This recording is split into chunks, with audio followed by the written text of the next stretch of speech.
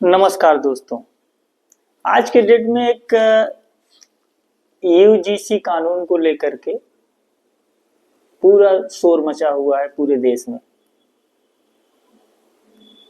संवर्ण समाज का कहना है कि ये काला कानून है, हटना चाहिए, और जो अदर हैं, ओबीसी हैं, एससी हैं, उनका कहना है कि ये काला कानून नहीं है, ये एससी ओबीसी के हित में कानून आया है।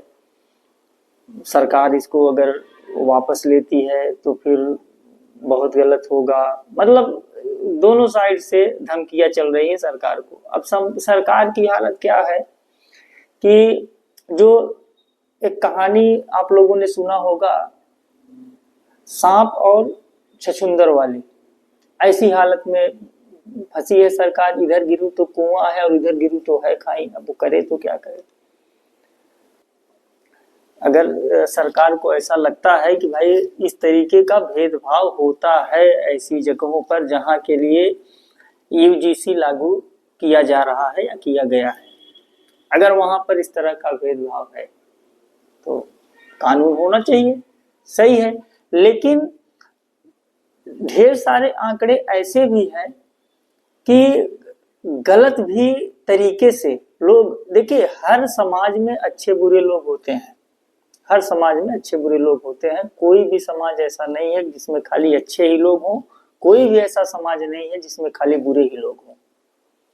हर समाज में हर तरह के लोग होते हैं। अब इसमें अगर ऐसा लगता है कि भाई जो गलत है तो उसको तो 100% सजा मिलनी चाहिए, ऐसे कानून होने चाहिए, लेकिन कई जगह ऐसा भी पाया जाता है कि वो जो है मुकदमे या वो शिकायत फर्जी होती है। उस पर क्या है? कानून तो आप इतना कड़ा कर दीजिए कि अगर कोई गलत पाया जाए तो उसको आप फांसी पर चढ़ा दीजिए, कोई दिक्कत नहीं है।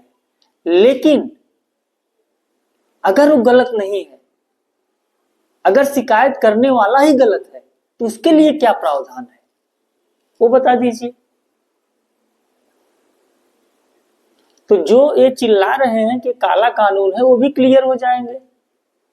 इसको अगर खत्म करना है, देखिए एक पूरे समाज को, मैं किसी एक वर्ग की बात नहीं कर रहा हूं, मैं सवर्ण को भी और ओबीसी को भी, एससी को भी, एसटी को भी, हर किसी को मैं कहना चाहता हूं।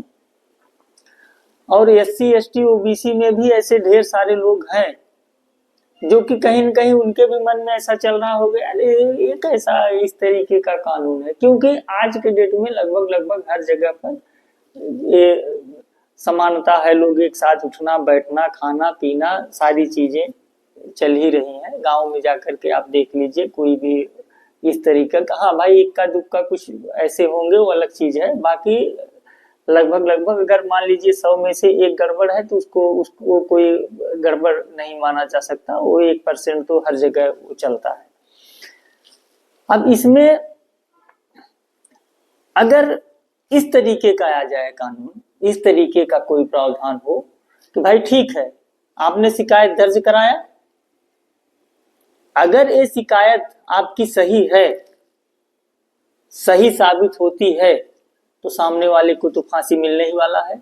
लेकिन अगर गलत होती है तो वही सजा आपको भी मिलेगी। तो इसमें दोनों चीजें होंगी, जो गलत करने वाले हैं वो भी सावधान रहेंगे और जो गलत शिकायत करने वाले हैं उनको भी तो डर रहेगा। भाई देखिए ढेर सारी ऐसी घटनाएं होती हैं कि थोड़े थोड़े चीज के लिए कोई पर्सनल अपना दुश्मनी निकालने के लिए कई भी तरह का कोई भी हथकंडा अपना सकता है।